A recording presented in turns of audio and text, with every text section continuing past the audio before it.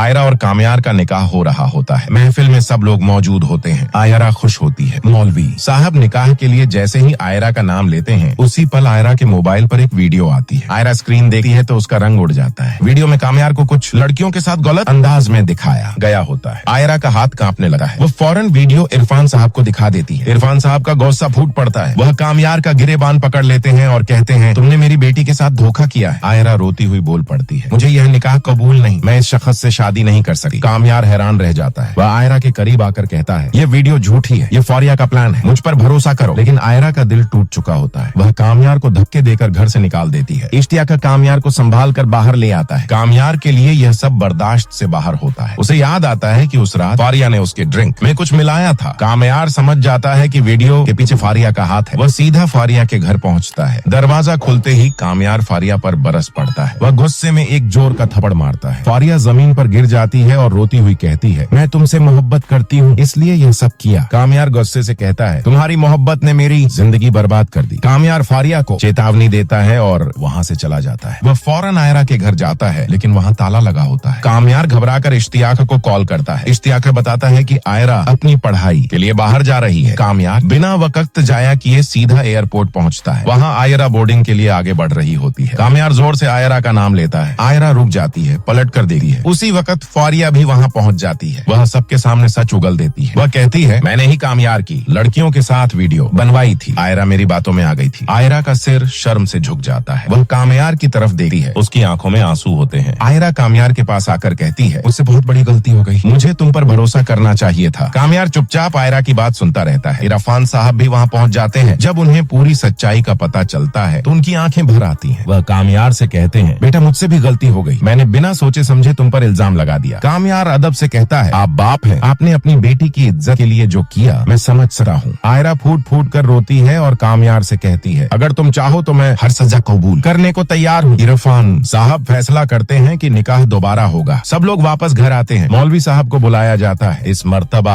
आयरा का चेहरा पुरसुकून होता है। मौलवी साहब आयरा से पूछते हैं, क्या तुम्हें कामयार से निकाह कबूल है? आयरा पूरे यकीन के साथ कहती है, कबूल है। कामयार से पूछा जाता है तो वह भी मुस्कुराते हुए कहता है, कबूल है। निकाह मुकम्मल हो जाता है। निकाह के बाद घर में खुशी का माहौल होता है। लेकिन अचानक कामयार की दादी की तबीयत खराब हो जाती है। सब लोग उन्हें अस्पताल ले जाते हैं। डॉक्टर बताता है कि उनका वक्त करीब है। दादी कामयार और आयरा को पास बुलाती है। वह दोनों के हाथ एक दूसरे के हाथ में रखकर कहती हैं, जिंदगी में चाहे जो भी मुश्किल आए, एक दूसरे का साथ कभी मत छोड़ना। मोहब्बत और भरोसा ही असली ताकत होती है। यह कहकर दादी की आंखें बंद हो जाती हैं। दादी के इंतकाल के बाद कामयार बहुत उदास हो जाता है। आयरा हर लम्हा उसके साथ रहती है। वह कामयार को एहसास दिलाती है कि वह अकेला नहीं है। धीरे धीरे कामयार अपना गम संभाल लेता है। आयरा और कामयार एक दूसरे के लिए एक नई जिंदगी की शुरुआत करते हैं। वह दोनों समझ जाते हैं कि सच्ची मोहब्बत सिर्फ साथ रहने का नाम नहीं, बल्कि एक दूसरे पर भरोसा रखने का नाम है। अगर आप और भी इस ड्रामा के रिव्यू देखना चाहते हैं तो चैनल को लाइक, शेयर और सब्सक्राइब